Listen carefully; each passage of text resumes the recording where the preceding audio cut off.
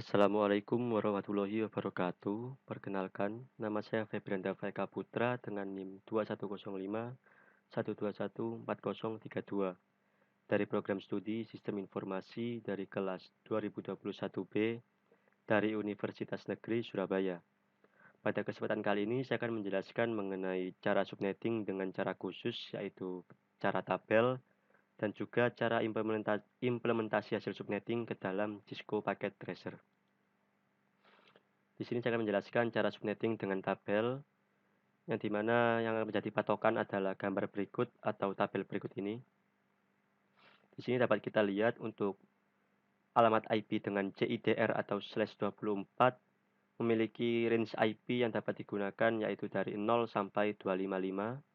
Lalu untuk /25 memiliki range IP pertama yaitu dari 0 sampai 127, lalu range IP kedua yaitu dari 128 sampai 255. Lalu untuk CIDR/26 memiliki range IP pertama dari 0 sampai 63, lalu range IP kedua dari 64 sampai 127, dan seterusnya. Untuk /27 memiliki range IP pertama yaitu dari 0 sampai 31, lalu range IP kedua yaitu dari 32 sampai 64, dan seterusnya sampai 255.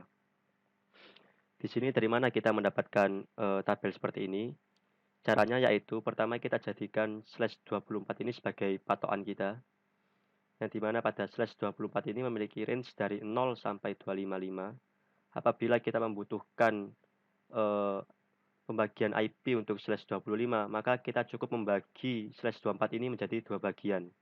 Kita potong garis tengah, maka kita dapatkan seperti berikut, yaitu dari 0 sampai 127, lalu 128 sampai 255. Apabila kita membutuhkan untuk /26, maka pada bagian yang sudah terbagi ini, kita bagi lagi menjadi 4 bagian. Maka kita dapatkan pada bagian /26 ini. Untuk /27 juga sama, maka kita bagi lagi bagiannya menjadi 8 bagian. Di sini misalnya kita memiliki IP 192.168.28.2 dengan CIDR atau /27. Maka kita tahu subnet masknya yaitu 255.255.255.224. Dengan network ID, yaitu kita lihat pada bagian IP ini, kita lihat pada bagian hostnya yaitu .2, dan kita lihat juga pada bagian CIDR-nya yaitu /27. Maka kita fokus ke bagian /27 ini. Kita lihat host 2 ini masuk ke bagian yang mana, ke kotak yang mana. Kita tahu bahwa 2 ini ada di antara 0 sampai 31. Maka IP ini terdapat pada bagian /27 yang dimana dari 0 sampai 31. Maka untuk network ID-nya kita dapatkan yaitu 192.168.28.0, yaitu bagian pertama. Lalu untuk broadcast-nya yaitu pada bagian terakhir. Maka kita dapatkan 192.168.28.31. Lalu untuk mengetahui berapa banyak subnet yang bisa didapatkan dari IP ini, kita cukup menghitung banyaknya kotak pada tabel ini. Kita hitung 1, 2, 3, 4, 5, 6, 7, 8. Maka ada 8 subnet. Lalu untuk mengetahui berapa jumlah IP-nya, kita cukup menghitung dari 0 sampai ke 31, yaitu sebanyak 32. Maka jumlah IP-nya ada 32. Lalu untuk mengetahui jumlah host yang dapat digunakan, pada jumlah IP ini kita kurangi 2 saja. Maka kita dapatkan 30 IP yang dapat digunakan.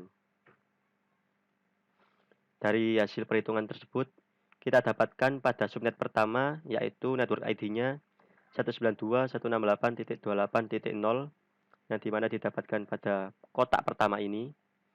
Lalu dengan host yang dapat digunakan yaitu dari 192.168.28.1 sampai 192.168.28.30 dengan broadcast 192.168.28.31 pada bagian terakhir dari kotak pertama ini. Lalu untuk subnet kedua kita dapatkan network ID-nya yaitu 192.168.28.32, yang dimana didapatkan pada bagian pertama dari kotak kedua ini, yaitu 32, dengan IP host yang dapat digunakan yaitu 192.168.28.33 sampai 192.168.28.62 dengan broadcast 192.168.28.63 yang dimana didapatkan pada bagian terakhir pada kotak kedua ini. Selanjutnya saya akan mengimplementasikan subnet ini yang sudah kita dapatkan dari hasil perhitungan dengan tabel ke dalam Cisco Packet Tracer. Di sini saya sudah masuk ke dalam Cisco Packet Tracer. Untuk implementasinya saya akan menggunakan 4 PC, 2 switch, dan 1 router. Pertama kita siapkan terlebih dahulu untuk perangkat-perangkatnya. Di sini untuk 2 PC pertama akan saya gunakan untuk subnet pertama, lalu 2 PC kedua saya gunakan untuk subnet kedua. Lalu kita tambahkan switch. Dan kita tambahkan router di tengah-tengah. Lalu kita hubungkan masing-masing perangkat dengan kabel. Kita gunakan kabel yang otomatis saja.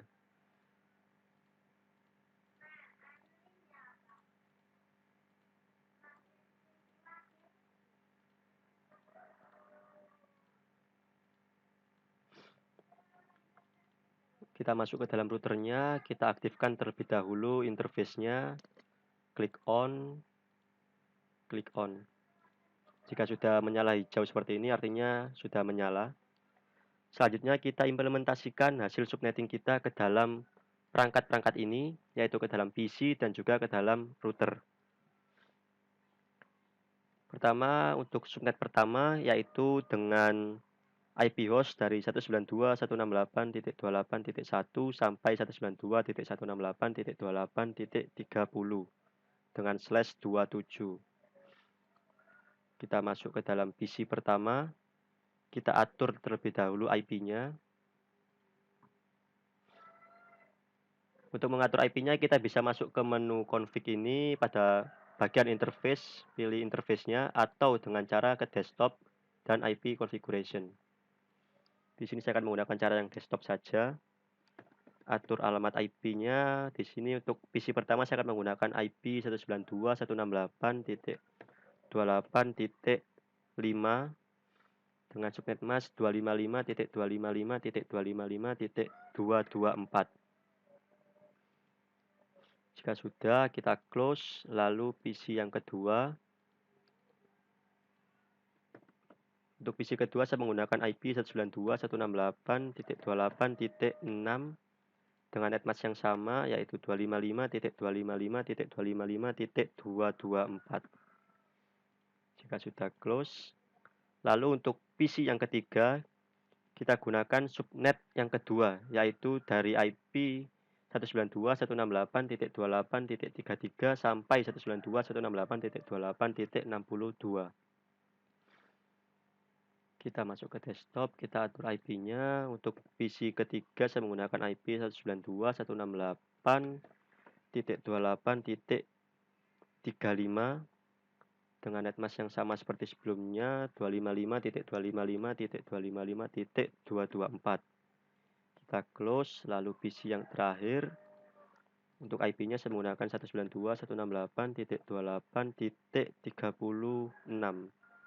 Subnetnya sama 224, lalu kita close. Pertama kita tes terlebih dahulu apakah antar PC ini terhubung. Kita bisa menggunakan tools ini, add simple PDU ini, lalu kita klik kedua PC yang mau kita tes dan hasilnya successful. Artinya dua PC ini berada pada network yang sama karena mereka bisa saling bertukar data. Kita tes pada yang subnet kedua, sama, berhasil juga. Kita coba sebaliknya. Bisa.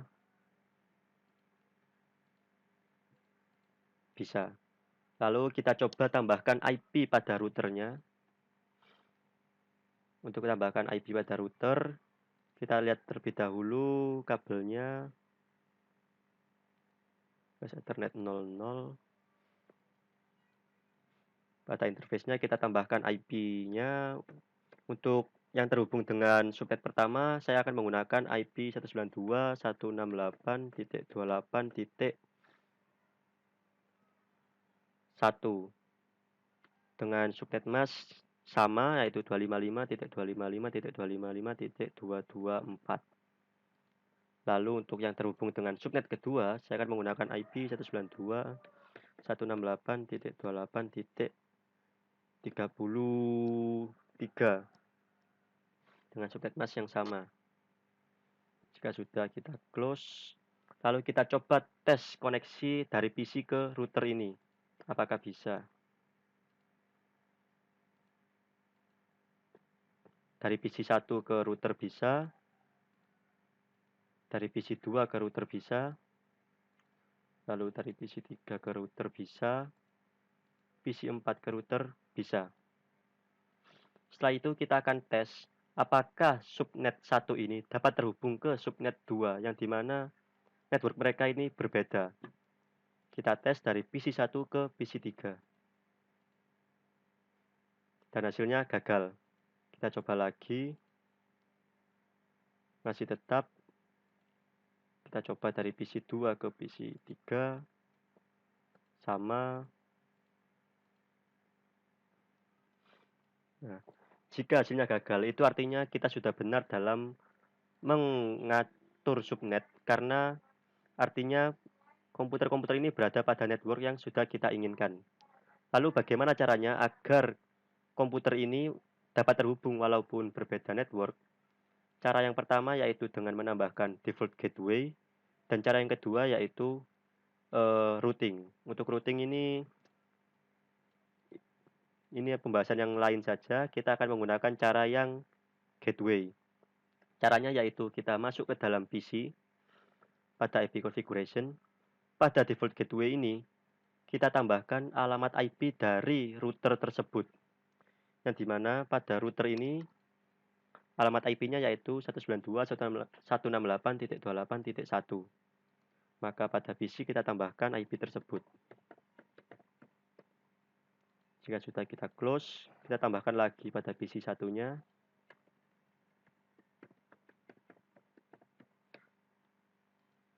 Lalu PC yang selanjutnya juga kita cek IP-nya 192.168.28.33. Kita tambahkan 28.33.